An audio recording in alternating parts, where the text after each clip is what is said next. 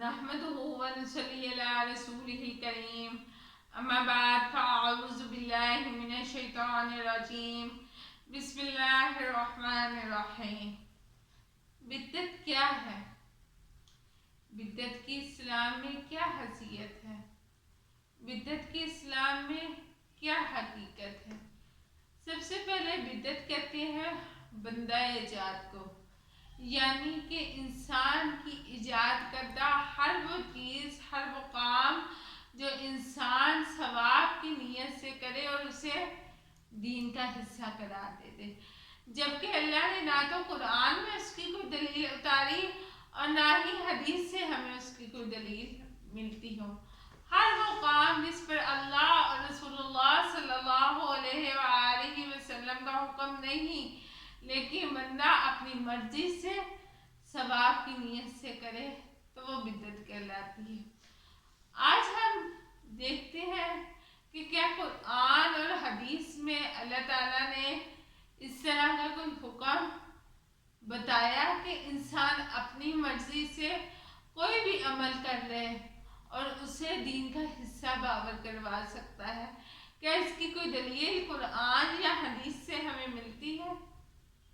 سیدنا عائشہ رضی اللہ تعالی عنہا فرماتی ہیں کہ رسول اللہ صلی اللہ علیہ وآلہ وسلم نے فرمایا، صحیح بخاری کی روایت ہے، من عمل عملا لیس علیہ امرنا فہو رد۔ رسول اللہ صلی اللہ علیہ وآلہ وسلم نے فرمایا، جس نے کوئی ایسا عمل کیا جس پر ہمارا حکم نہیں تو وہ ناقابل قبول ہے۔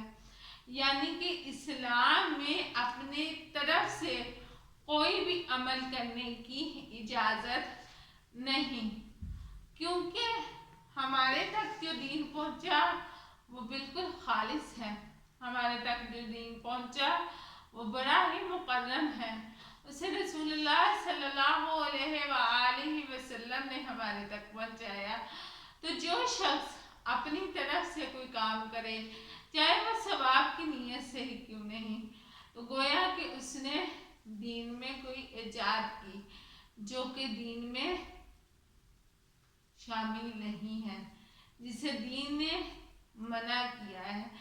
گویا کہ اس نے یہ سمجھا کہ رسول اللہ صلی اللہ علیہ وآلہ وسلم نے ہم تک پورا پیغام استغفر اللہ نہیں پہنچایا۔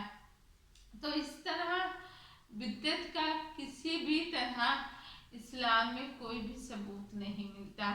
اللہ رب العزت نے بڑے واضح الفاظ میں قرآن مجید میں فرما دیا، وَرَضِيتُ لَكُمُ الْإِسْلَامَ دِينًا، اور میں نے تمہارے لیے اسلام کو دین کے طور پر پسند کیا ہے۔ اللہ تعالیٰ نے اسلام کو ہمارے لیے بطور دین پسند کر لیا، اس میں اب کسی بھی طرح کی کمی یا بیشی کی کوئی گنجائش نہیں، ہم اس میں کسی قسم کا اضافہ نہیں کر سکتے، کسی چیز کو کم نہیں کر سکتے۔ سورہ آل عمران میں اللہ سبحانہ و تعالیٰ فرماتے ہیں، ان الدین عند اللہ الاسلام، اللہ کے ہاں اگر کوئی ضابطہ حیات ہے تو اسلام ہے۔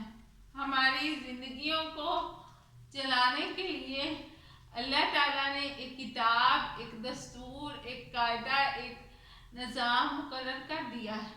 وہ نظام کیا ہے؟ وہ نظام قرآن پاک ہے، وہ نظام حدیث شریف ہے۔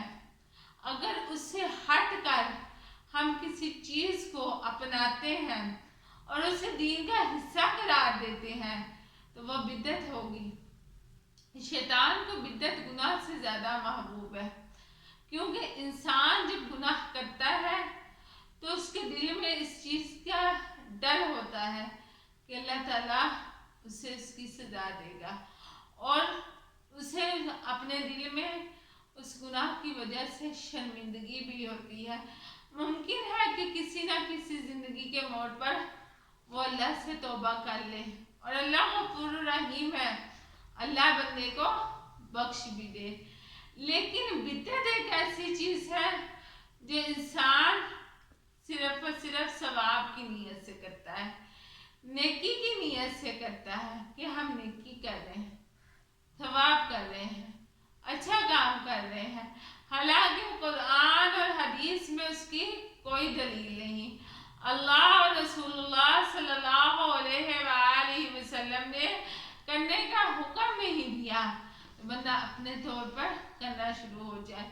तो जब बंदा एक काम सवाब की नीयत से करेगा, हत्ता कि उसका सबूत कुरान और हदीस से नहीं मिलता, तो वो उस पर इंसान जारी बात है तौबा भी नहीं करेगा, क्योंकि वो तो नेकी समझ के कर रहा है। तो इसलिए शैतान को ये चीज़ ज़्यादा पसंद है। नबी मुहतरम सल्लल्लाहु अलैहि वसल्लम अपने हर खुतबा जुम्मा में ये बात इरशाद फरमाया करते थे, कुल्लु बिदअतिन ज़लाला व कुल्लु ज़लालतिन फिन्नार। हर बिदअत गुमराही है और हर गुमराही जहन्नम की तरफ लेकर जाती है। तो हर वो चीज़ जिसे बंदा अपनी तरफ से ईजाद कर ले वो बिदअत कहलाती है, चाहे वो इबादत में हो, रोज़मर्रा के कामों में हो, क्योंकि हमारी रोज़मर्रा की रूटीन भी कुरान और हदीस के साथ ही होनी चाहिए। हज़रत आयशा रज़ियल्लाहु ताला अन्हा से रवायत है कि तीन लोग आए रसूलुल्लाह सल्लल्लाहु अलैहि वसल्लम के बारे में दरियाफ्त करने। उन्होंने पूछा कि आपके शब रोज़ कैसे गुजरते हैं, तो हज़रत आयशा ने सारे मामलात बताए, आपकी इबादत बताई, आपके तरीक़ाकार बताए, और वो मस्जिद नबवी में जाकर बैठ के एक ने कहा कि मैं सारी ज़िंदगी रोज़े रखूँगा, दूसरे ने कहा कि मैं सारी ज़िंदगी जो है शादी नहीं करूँगा, तीसरे ने कहा कि मैं सारी रात क़याम में बसर करूँगा। तो हज़रत आयशा सिद्दीक़ा रज़ियल्लाहु ताला अन्हा उनकी बातें सुन रही थी।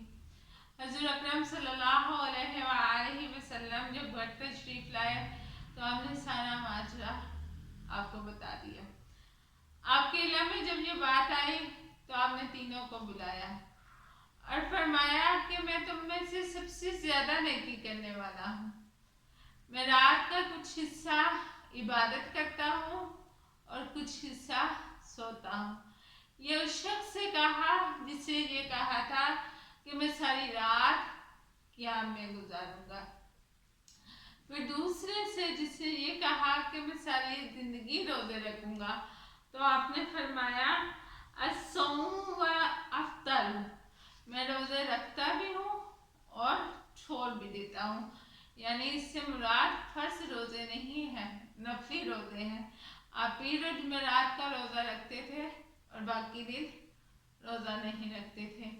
और जिस शख्स ने ये कहा कि मैं सारी ज़िंदगी निकाह ही नहीं करूँगा, यानी मैं सारी ज़िंदगी शादी नहीं करूँगा और अल्लाह ताला की इबादत में सारी ज़िंदगी गुजारूँगा, तो उससे मुखातिब होकर रसूलुल्लाह सल्लल्लाहु अलैहि वसल्लम ने फरमाया अतज़व्वज फमन रग़िबा अन सुन्नती फलैसा मिन्नी, मैं निकाह करता हूँ और जिसने मेरी सुन्नत से बेरुग़बती की गोया कि वो मेरी उम्मत से नहीं। तो ये वाक़यात किस चीज़ की तरफ इशारा करते हैं कि अमल चाहे जितना मर्जी अच्छा है, नियत चाहे जितनी मर्जी अच्छी है, जिस पर कुरान और हदीस की मोहर नहीं, वो अमल काबिल कबूल नहीं। वो अमल चाहे कितना भी अच्छा क्यों ना हो, कितना ही पकीज़ा क्यों ना हो, कितना ही वसी क्यों ना हो, कितना ही बड़ा क्यों ना हो, जब कुरान और हदीस से ही उसके सबूत नहीं मिलता तो फिर वो अल्लाह की बारगाह में काबिल कबूल नहीं। आजकल ना ये बात एक बहुत ज़्यादा मशहूर है, बिदअत हसना, कि नेकी की बिना पे की हुई बिदअत।